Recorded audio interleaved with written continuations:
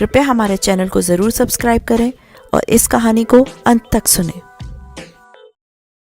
हर हर महादेव दोस्तों, आज सावन के इस पावन महीने में हम आपको श्री शिव महापुराण के प्रथम खंड विद्वेश्वर संहिता का 24वां अध्याय सुनाने जा रहे हैं। इस अध्याय में हम भस्म महात्म्य का निरूपण के बारे में जानेंगे। तो आइए शुरू करते हैं श्री शिव महापुराण के अंतर्गत विद्वेश्वर संहिता का 24वां अध्याय। सूत जी बोले, हे महर्षियों, भस्म संपूर्ण मंगलों को देने वाला तथा उत्तम है। उसके 2 भेद बताए गए हैं। मैं उन दोनों भेदों का वर्णन करता हूँ। आप लोग सावधान होकर सुनिए। एक को महाभस्म जानना चाहिए और दूसरे को स्वल्प भस्म। महाभस्म के भी अनेक भेद हैं। वह 3 प्रकार का कहा गया है, श्रौत, स्मार्त और लौकिक। स्वल्प भस्म के भी बहुत से भेदों का वर्णन किया गया है। श्रौत और स्मार्त भस्म को केवल द्विजों के लिए उपयोग में आने के योग्य कहा गया है। तीसरा जो लौकिक भस्म है वह अन्य लोगों के लिए भी उपयोग में आ सकता है। श्रेष्ठ महर्षियों ने यह बताया है कि द्विजों को वैदिक मंत्र के उच्चारण पूर्वक भस्म धारण करना चाहिए। दूसरे लोगों के लिए बिना मंत्र के ही केवल धारण करने का विधान है। जले हुए गोबर से उत्पन्न होने वाला भस्म आग्नेय कहलाता है। हे महामुनि, वह भी त्रिपुंड का द्रव्य है, ऐसा कहा गया है। अग्निहोत्र से उत्पन्न हुए भस्म का भी मनीषी पुरुषों को संग्रह करना चाहिए। अन्य यज्ञ से प्रकट हुआ भस्म भी त्रिपुंड धारण करने के काम में आ सकता है।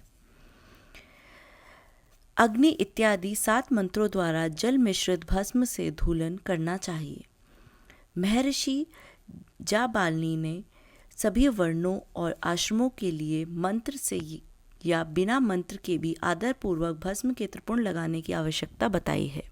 समस्त अंगों में सजल भस्म को मलना अथवा विभिन्न अंगों में तिरछा त्रिपुंड लगाना, इन कार्यों को मोक्षार्थी पुरुष प्रमाद से भी न छोड़ें, ऐसा श्रुति का आदेश है। भगवान शिव और विष्णु ने भी त्रिपुंड धारण किया है। अन्य देवियों सहित भगवती उमा और लक्ष्मी देवी ने भी वाणी द्वारा इसकी प्रशंसा की है। ब्राह्मणों, क्षत्रियों, वैश्यों, शूद्रों, वर्ण संकरों तथा जाति भ्रष्ट पुरुषों ने भी उद्गूलन एवं त्रिपुंड के रूप में भस्म को धारण किया है। जो लोग श्रद्धापूर्वक शरीर में भस्म का लेप तथा त्रिपुंड धारण करने का आचरण नहीं करते हैं, उनमें वर्णाश्रम संवित सदाचार की कमी है। जिनके द्वारा श्रद्धापूर्वक शरीर में भस्म लेप और त्रिपुंड धारण का आचरण नहीं किया जाता है, उनकी विनम्रति करोड़ों जन्मों में भी संसार के से संभव नहीं है। जो श्रद्धापूर्वक शरीर में भस्म लेप और त्रिपुंड धारण का आचार पालन नहीं करते हैं, उन्हें 100 करोड़ कल्पों में भी शिव का ज्ञान प्राप्त नहीं हो सकता। जो श्रद्धापूर्वक भस्म लेप तथा त्रिपुंड धारण नहीं करते हैं, वे महापातकों से युक्त हो जाते हैं, ऐसा शास्त्रों का वर्णन है। जो श्रद्धापूर्वक भस्म उद्धोलन और त्रिपुंड धारण नहीं करते, उन लोगों का संपूर्ण आचरण विपरीत फल प्रदान करने वाला हो जाता है। हे मुनियों, जो महापातकों से युक्त और समस्त प्राणियों से द्वेष करने वाले हैं, वे ही त्रिपुंड धारण तथा भस्म लेप से अत्यधिक द्वेष करते हैं। जो आत्मज्ञानी पुरुष शिवाग्नि अग्निहोत्र का कार्य करके त्रैशु जन्म देने इस मंत्र से भस्म का मात्र स्पर्श ही कर लेता है, वह समस्त पापों से मुक्त हो जाता है। जो मनुष्य तीनों संध्या काल में श्वेत भस्म के द्वारा त्रिपुंड धारण करता है, वह समस्त पापों से मुक्त होकर शिव सानिध्य का आनंद भोगता है। जो व्यक्ति श्वेत भस्म से अपने मस्तक पर त्रिपुंड धारण करता है, वह अनादिभूत लोकों को प्राप्त कर अमर हो जाता है। बिना भस्म स्नान किए षडाक्षर मंत्र ओम नमः शिवाय मंत्र का जप नहीं करना चाहिए। विधि पूर्वक भस्म से त्रिपुंड धारण करके ही इसका जप करना चाहिए। दयाहीन, अधम, महापापों से युक्त, उपपापों से युक्त, मूर्ख अथवा पतित व्यक्ति भी जिस देश में नित्य भस्म धारण करते रहते हैं, वे देश सदैव संपूर्ण तीर्थों और यज्ञों से परिपूर्ण ही रहता है त्रिपुण धारण करने वाला पापी जीव भी समस्त देवों और असुरों के द्वारा पूज्य है। यदि पुण्य आत्मा त्रिपुण से युक्त है तो उसके लिए कहना ही क्या है। भस्म धारण करने वाला शिव ज्ञानी जिस देश में स्वेच्छा चला जाता है उस देश में समस्त तीर्थ आ जाते हैं। इस विषय में और अधिक क्या कहा जाए। विद्वानों को सदैव भस्म धारण करना चाहिए एवं लिंगार्चन करके सदाक्षर मंत्र का जप करना चाहिए। ब्रह्मा, विष्णु, रुद्र, मुनिगण और देवताओं के द्वारा भी भस्म धारण करने के महत्व का वर्णन किया जाना संभव नहीं है।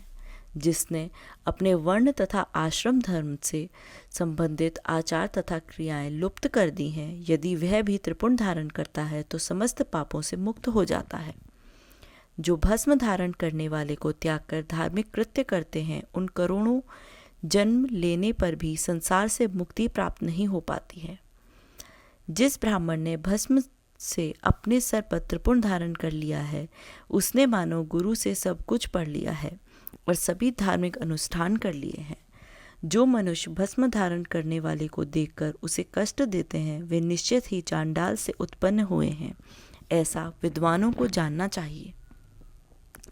भक्तिपरायण ब्राह्मण और क्षत्रिय को माँ नास्तको तन्ये इस मंत्र से अभिमंत्रित भस्म को शास्त्र सम्मत कहे गए अंगों पर धारण करना चाहिए।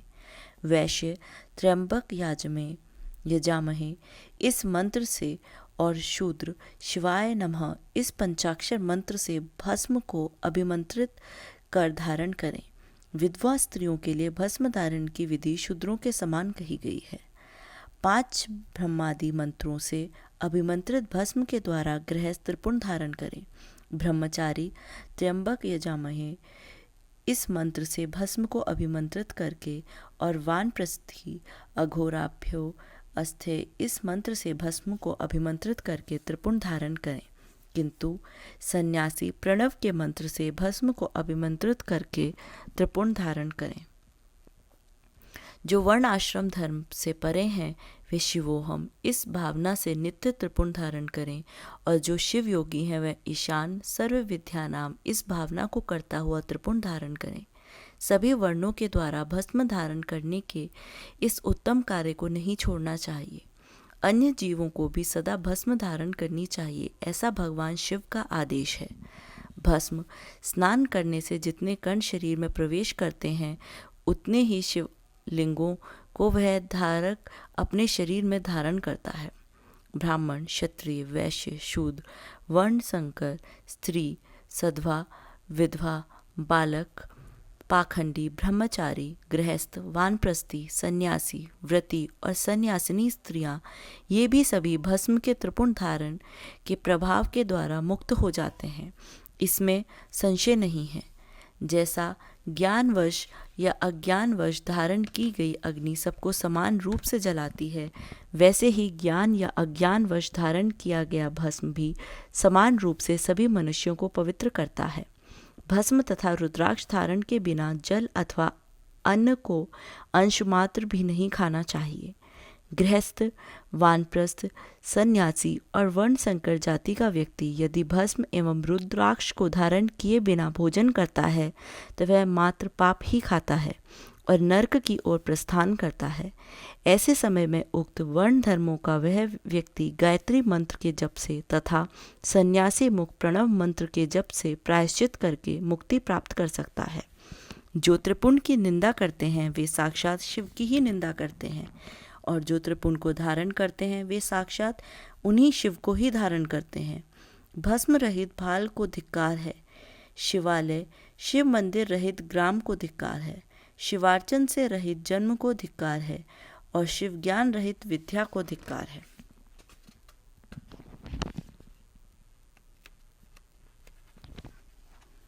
जो लोग तीनों लोकों के आधार स्वरूप महेश्वर भगवान शिव की निंदा करते हैं और त्रिपुण धारण करने वाली की निंदा करते हैं उनको तो देखने से ही पाप लगता है। वे वर्ण संकर, सुअर, असुर, खर, गधा, कुत्ता, सियार तथा कीड़े मकोड़े के समान ही उत्पन्न होते हैं और उन नरकगामी व्यक्तियों का यह जन्म मात्र पाप करने के लिए ही होता है। भगवान शिव की तथा त्रिपुण धारण करने वाले उनके भक्तों की जो निंदा करते हैं, उन्हें रात में देखने पर चंद्रमा के दर्शन से और दिन में देखने पर सूर्य के दर्शन से शुद्धि प्राप्त होती है। मात्र इतना ही नहीं, स्वप्न में भी उन्हें देखने से पाप लगता है। अतः स्वप्न में जो उन्हें देखे उसको अपनी शुद्धि के लिए श्रुति में कहे गए रुद्र सूतक का आदरपूर्वक पाठ करना चाहिए, तभी उससे छुटकारा मिल सकता है। उनसे बात करने से नरक होता है और उस नरक से मुक्ति प्राप्त करना असंभव है। जो भस्म, त्रिपुण आदि धारण करने वाले पुरुष की निंदा करते हैं, वे निश्चित ही मूर्ख हैं। हे मुनि, तांत्रिक उद्र त्रिपुण धारण करने वाले तथा तपाए हुए चक्र आदि चिन्हों को धारण करने वाले इस शिव यज्ञ के अधिकारी नहीं हैं। वे इस यज्ञ से बहिष्कृत हैं। बृहज बाल उपनिषद में कहे गए वे लोग ही उस यज्ञ में अधिकारी हैं। प्रयत्न पूर्वक उन्हें शिव यज्ञ के कार्य में सम्मिलित करना चाहिए। उन्हें भस्म लगाना चाहिए। विभूति का चंदन से या चंदन में विभूति का मिश्रण करके बनाए गए मिश्रित भस्म से मस्तक पर त्रिपुण धारण करना चाहिए। कुछ भी हो, मस्तक पर विभूति धारण करना आवश्यक है। यदि बुद्धि नहीं है तो भी यह करना सदा लोगों के लिए आवश्यक ही है। ब्रह्मचारिणी, सधवा तथा विधवा स्त्रियों और ब्राह्मण आदि द्विजों को केश पर्यंत भस्म धारण करना चाहिए।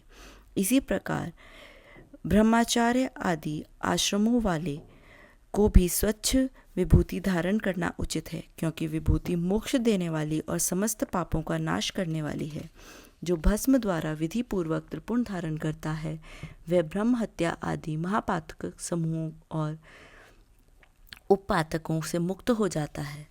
ब्रह्मचारी, गृहस्थ, वानप्रस्थी और सन्यासी, ब्राह्मण, क्षत्रिय, वैश्य, शूद्र तथा अन्य वर्ण संकर, ये चारों वर्णों और उपवर्णों के लोग, पतित अथवा नीच मनुष्य भी विधि पूर्वक शरीर पर भस्म लेप तथा त्रिपुण धारण करके शुद्ध हो जाते हैं, क्योंकि सम्यक रूप से धारण की गई भस्म तत्काल ही पाप राशि से मुक्ति प्राप्त हो जाती है। भस्म धारण करने वाला व्यक्ति विशेष रूप से स्त्री हत्या, गौ हत्या, वीर हत्या और अश्व हत्या आदि पापों से मुक्त हो जाता है, इसमें संशय नहीं है। दूसरे के द्रव्य का अपहरण, पराई स्त्री का अभिमर्शन, दूसरे की निंदा, पराए खेत का अपहरण, दूसरे को कष्ट देना, फसल और बाग आदि का अपहरण, घर फूंकना, जलना आदि कर्म, नीचों से गाय, सोना, भैंस, तिल, कंबल, वस्त्र, अन्न, धान्य तथा जल आदि का परिग्रह, मछुआरा, वैश्या, चांडाली, शूद्रा, नटी, रजस्वला, कन्या और विधवा स्त्रियों से मैथुन, मांस, चर्म, रस तथा नमक और विक्रय, चुगली और अस्पष्ट बात, असत्य गवाही देना, इस प्रकार से अन्य असंख्य विभिन्न प्रकार के पाप त्रिपुण धारण करने के प्रभाव से तत्काल ही नष्ट हो जाते हैं। भगवान शिव के द्रव्य का अपहरण और जहाँ कहीं शिव की निंदा करने वाला तथा शिव के भक्तों की निंदा करने वाला व्यक्ति प्रायश्चित करने पर भी शुद्ध नहीं होता है। जिसने शरीर पर रुद्राक्ष और मस्तक पर त्रिपुण धारण किया है, ऐसा मनुष्य यदि चंडाल भी है तो भी वह सभी वर्णों में श्रेष्ठतम और संपूज्य है। जो मस्तक पर त्रिपुण धारण करता है, वह इस संसार में जितने भी तीर्थ हैं और गंगा आदि जितनी नदियां हैं, उन सब में स्नान किए हुए के समान पुण्य फल प्राप्त करने वाला होता है। पंचाक्षर मंत्र से लेकर 7 करोड़ महामंत्र और अन्य करोड़ों मंत्र शिव के वल्य को प्रदान करने वाले होते हैं। हे मुनि, विष्णु आदि देवताओं के लिए प्रतिपादित अन्य जो मंत्र हैं, वे सभी सुखों को देने वाले हैं। जो त्रिपुण धारण करता है, उसके वश में वे सब मंत्र स्वतः ही हो जाते हैं। त्रिपुण धारण करने वाला मनुष्य अपने वंश और गोत्र में उत्पन्न हजारों पूर्वजों और भविष्य में उत्पन्न होने वाली हजारों संतानों का उद्धार करता है। जो त्रिपुण धारण करता है, उसे इस लोक में रोग रहित दीर्घ आयु प्राप्त होती है और वह संपूर्ण भोगों का उपभोग करके जीवन के अंतिम समय में सुखपूर्वक ही मृत्यु को प्राप्त करता है। वह मृत्यु के पश्चात अणिमा, महिमा आदि आठों ऐश्वर्य और सद्गुणों से युक्त दिव्य शरीर वाले शिव को प्राप्त करता है और दिव्य लोक के देवों से सेवित दिव्य विमान पर चढ़कर शिवलोक को जाता है। वहाँ पर भी वह सभी विद्याधरों और महापराक्रमी गंधर्वों, इंद्र आदि लोकपालों के लोकों में क्रमशः जाकर बहुत से भोगों को उपभोग करता है और प्रजापतियों के पद तथा ब्रह्मा के पद पर आसीन होकर वहाँ दिव्य लोक की सैकड़ों कन्याओं के साथ आनंदित होता है। वह उस लोक में ब्रह्मा की आयु के बराबर आयु को प्राप्त कर अनेक सुखों को भोग करके विष्णु लोक की ओर जाता है और ब्रह्मा के 100 वर्षों तक सुखों का भोग प्राप्त करता है। तदंतर वह शिवलोक को जाकर इच्छानुकूल अक्षय कामनाओं को प्राप्त कर शिव का सानिध्य प्राप्त कर लेता है। इसमें संशय नहीं है। सभी उपनिषदों के सार को बार बार सम्यक रूप से देखकर यही निर्णय लिया गया है कि त्रिपुण धारण करना ही परम श्रेष्ठ है। जो ब्राह्मण विभूति की निंदा करता है वह ब्राह्मण नहीं है, अपितु अन्य जाति का है और विभूति निंदा के कारण उसे चतुर्मुख ब्रह्मा की आयु सीमा तक नरक भोगना पड़ता है। श्राद्ध, यज्ञ, जप, होम और देव पूजन के समय तो जो पूतात्मा मनुष्य त्रिपुण धारण करता है वह मृत्यु को भी जीत लेता है। मल त्याग करने पर शुद्धि के लिए जल स्नान किया जाता है। भस्म स्नान करने पर सदा पवित्रता आती है। मंत्र स्नान पाप का हरण करता है और ज्ञान रूपी जल में अवगाहन करने पर परम पद की प्राप्ति होती है। समस्त तीर्थों में स्नान करने से जो पुण्य और फल प्राप्त होता है वह फल भस्म स्नान करने वाले को प्राप्त हो जाता है। भस्म स्नान ही परम श्रेष्ठ तीर्थ है जो प्रतिदिन गंगा तीर्थ स्नान के समान है। भस्म रूपी साक्षात शिव है जो त्रैलोक्य को पवित्र करने वाला है। बिना त्रिपुण धारण किए हुए जो ब्राह्मण स्नान, ध्यान, दान और जप आदि अनुष्ठान कर्म करता है वह ना तो स्नान है, न ध्यान है, न दान है और न जप आदि अन्य अनुष्ठित कर्म ही है। वानप्रस्थ, कन्या और दीक्षा रहित मनुष्यों को मध्याह्न के पूर्व ही जल से युक्त त्रिपुण धारण करना चाहिए, किंतु मध्याह्न के पश्चात जल रहित भस्म के त्रिपुण धारण करना उचित है। इस प्रकार श्रद्धा पूर्वक दृढ़ निश्चय वाला जो व्यक्ति नित्य त्रिपुण धारण करता है उसे ही शिव भक्त जानना चाहिए। उसी को ही भक्ति तथा मुक्ति भी प्राप्त होती है। जिसके अंग पर प्रचुर पुण्य देने वाला एक भी रुद्राक्ष नहीं है और वह त्रिपुण से भी रहित है, उसका जन्म लेना व्यर्थ है। इसके पश्चात भस्म धारण तथा त्रिपुण की महिमा एवं विधि बताकर सूत जी ने फिर कहा, हे महर्षियों, इस प्रकार मैंने संक्षेप में त्रिपुण का महात्म्य बताया है। यह समस्त प्राणियों के लिए गोपनीय रहस्य है, अतः आपको भी इससे गुप्त ही रखना चाहिए। मुनिवरों, ललाट आदि सभी निर्दिष्ट स्थानों में जो भस्म से 3 तिरछी रेखाएं बनाई जाती हैं उन्हीं को विद्वानों ने त्रिपुण कहा है। बाहों के मध्य भाग से लेकर जहाँ तक बाहों का अंत है उतना बड़ा त्रिपुण ललाट में धारण करना चाहिए। मध्यमा और अनामिका उंगली से 2 रेखाएं करके बीच में अंगुष्ठ द्वारा प्रतिलोम भाव से की गई रेखा त्रिपुण कहलाती है। अथवा बीच की 3 उंगलियों से भस्म लगाकर यत्नपूर्वक भक्ति भाव से ललाट में त्रिपुण धारण करें। त्रिपुण अत्यंत उत्तम तथा भोग और मोक्ष देने वाला है। त्रिपुण की 3 रेखाओं में से प्रत्येक के 9 देवता हैं जो सभी अंगों में स्थित हैं। मैं उनका परिचय देता हूँ, सावधान होकर सुनो। हे मुनिवरों, प्रणव का प्रथम अक्षर आकार, गृहपत्य अग्नि, पृथ्वी, धर्म, रजोगुण, ऋग्वेद, क्रियाशक्ति, प्रातः सवन तथा महादेव ये त्रिपुण की प्रथम रेखा के 9 देवता हैं। यह बात शिव दीक्षा परायण पुरुष को अच्छी तरह समझ लेनी चाहिए। हे मुनिश्रेष्ठों, प्रणव का दूसरा अक्षर उकार, दक्षिण अग्नि, आकाश, सत्वगुण, यजुर्वेद, मध्याह्न आदि सवन, इच्छा शक्ति, अंतरात्मा तथा महेश्वर ये दूसरी रेखा के 9 देवता हैं। ऐसा शिव दीक्षित लोगों को जानना चाहिए। हे मुनि श्रेष्ठों, प्रणव का तीसरा अक्षर मकार, आहवनीय अग्नि, परमात्मा, तमोगुण, घुलोक, ज्ञान शक्ति, सामवेद, तृतीय सवन तथा शिव, ये तीसरी रेखा के 9 देवता हैं। ऐसा शिव दीक्षित भक्तों को जानना चाहिए। इस प्रकार स्थान देवताओं को उत्तम भक्ति भाव से नित्य नमस्कार करके स्नान आदि से शुद्ध हुआ पुरुष यदि त्रिपुंड धारण करे तो भोग और मोक्ष को भी प्राप्त कर लेता है।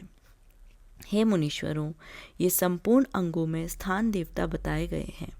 अब उनसे संबंधित स्थान बताता हूँ, भक्ति पूर्वक सुनो। 32, 16, 8 अथवा 5 स्थानों में मनुष्य त्रिपुंड का न्यास करे। मस्तक, ललाट, दोनों कान, दोनों नेत्र, दोनों नासिका, मुख, कंठ, दोनों हाथ, दोनों कोहनी, दोनों कलाई, हृदय, दोनों पर्श भाग, नाभि, दोनों अंडकोश, दोनों उरु, दोनों गुल्फ, दोनों घुटने, दोनों पिंडली और दोनों पैर, ये 32 उत्तम स्थान हैं। इनमें क्रमशः अग्नि, जल, पृथ्वी, वायु, 10 दिक् प्रदेश, 10 दिक्पाल तथा 8 वस्तुओं का निवास है। धरा, ध्रुव, सोम, आप, अनल, अनिल, प्रत्यूष और प्रभास, ये 8 वसु कहे गए हैं। इन सब का नाम मात्र लेकर इनके स्थान में विद्वान पुरुष त्रिपुंड धारण करे अथवा एकाग्रचित होकर 16 स्थानों में ही त्रिपुंड धारण करे। मस्तक, ललाट, कंठ, दोनों कंधों, दोनों भुजाओं, दोनों कोहनियों तथा दोनों कलाइयों में, हृदय में, नाभि में, दोनों पसलियों में तथा पृष्ठ भाग में त्रिपुंड लगाकर वहाँ दोनों अश्विनी कुमारों शिव, शक्ति, रुद्र, ईश तथा नारद का और वामा आदि 9 शक्तियों का पूजन करे। ये सब मिलकर 16 देवता हैं। अश्विनी कुमार युगल कहे गए हैं, नासत्य और दस्त्र अथवा मस्तक, केश, दोनों कान, मुख, दोनों भुजा, हृदय, नाभि, दोनों उरु, दोनों जानू, दोनों पैर और पृष्ठभाग, इन 16 स्थानों में 16 त्रिपुंड का न्यास करें।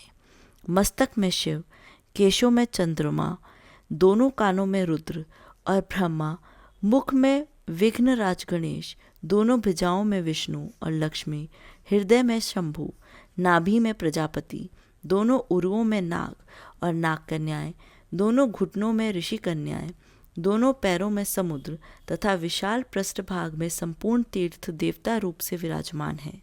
इस प्रकार 16 स्थानों का परिचय दिया गया है। अब 8 स्थान बताए जा रहे हैं।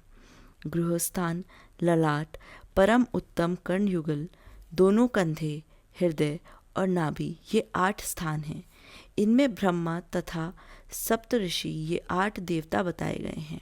हे मुनीश्वरों, भस्म के स्थान को जानने वाले विद्वानों ने इस तरह 8 स्थानों का परिचय दिया है। अथवा मस्तक, दोनों भुजाएं, हृदय और नाभि, इन 5 स्थानों को भस्मवेता पुरुष ने भस्म धारण के योग्य बताया है। यथासंभव देश, काल आदि की अपेक्षा रखते हुए भस्म को अभिमंत्रित करना और जल में मिलाना आदि कार्य करें। यदि लेप में भी असमर्थ हों तो त्रिपुंड आदि लगाएं। त्रिनेत्रधारी, तीनों गुणों के आधार और तीनों देवताओं के जनक भगवान शिव का स्मरण करते हुए नमः शिवाय कहकर ललाट में त्रिपुंड लगाएं। ईशाम्भाय नमः ऐसा कहकर दोनों पार्श्व भाग में त्रिपुंड धारण करें। बीजाम्भ्य नमः ये बोलकर दोनों प्रकोष्ठों में भस्म लगाएं। पित्राम्भ्य नमः कहकर नीचे के अंग में, उमेशाम्भ्य नमः कहकर ऊपर के अंग में तथा भीमाय नमः कहकर पीठ में और सर के पिछले भाग में त्रिपुंड लगाना चाहिए। इस प्रकार श्री शिव महापुराण के प्रथम विद्वेश्वर संहिता के साध्य साधन खंड में भस्म धारण वर्णन नामक 24वां अध्याय पूर्ण हुआ। हर हर महादेव। ओम नमः शिवाय। आज की इस वीडियो में बस इतना ही। आपको ये वीडियो कैसी लगी आप हमें कमेंट में ज़रूर बताएं और अपने दोस्तों के साथ ज़रूर शेयर करें। हमारे चैनल को भी सब्सक्राइब कर लें। फिर मिलते हैं किसी नई वीडियो के साथ। तब तक के लिए धन्यवाद।